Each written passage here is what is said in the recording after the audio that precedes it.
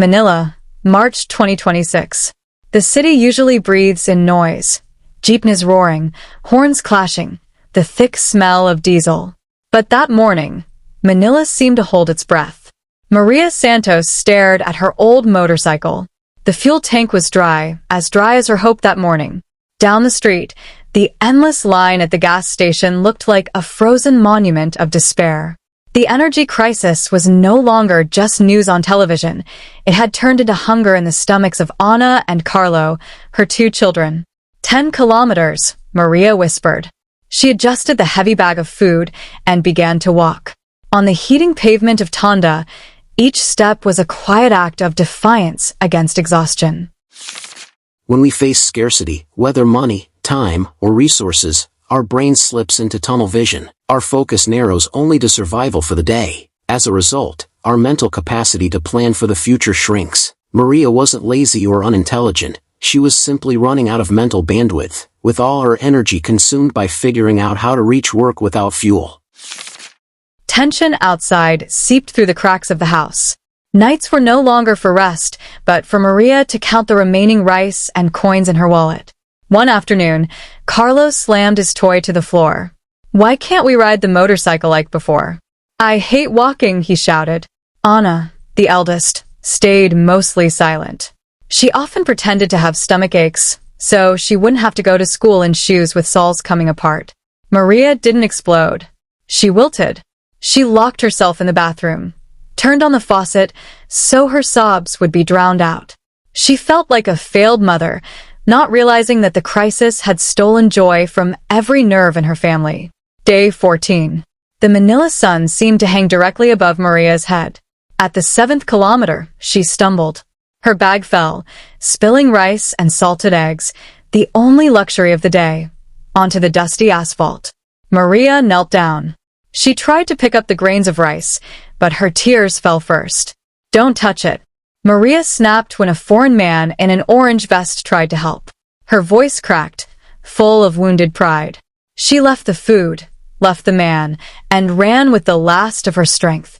That night, Maria realized it wasn't just her motorcycle that had broken down. Her spirit was exhausted too. Maria's outburst was a sign of emotional burnout. When someone suppresses their feelings for too long just to appear strong, even a small incident, like spilled rice, can trigger the collapse of their entire mental defense. Crying is not weakness, it is the body's way of releasing stress hormones that have overflowed. The stranger, Liam, turned out to be a volunteer psychologist. Instead of offering money, he gave Maria something more valuable: space to be heard. At a simple relief tent, Liam guided Maria through one small exercise: box breathing.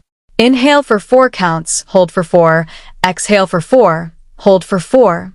Liam instructed calmly. Maria tried. Once. Twice. By the 10th cycle, her racing heartbeat began to slow.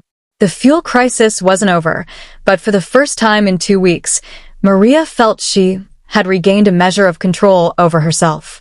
Liam also listened carefully to her worries about the fuel shortage. At the tent, Maria met other mothers.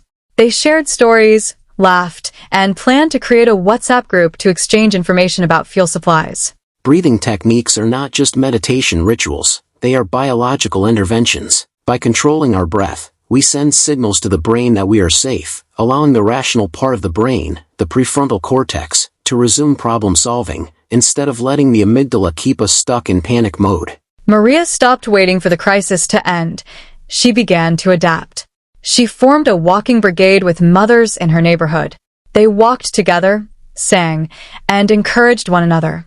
The burden of 10 kilometers felt lighter when carried by 6 pairs of feet.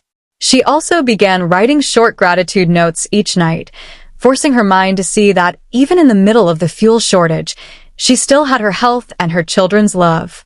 When Liam gave her a donated bicycle before leaving, Maria no longer rejected it in anger. She accepted it with a genuine smile. She understood now. Accepting help didn't mean defeat. It meant building bridges.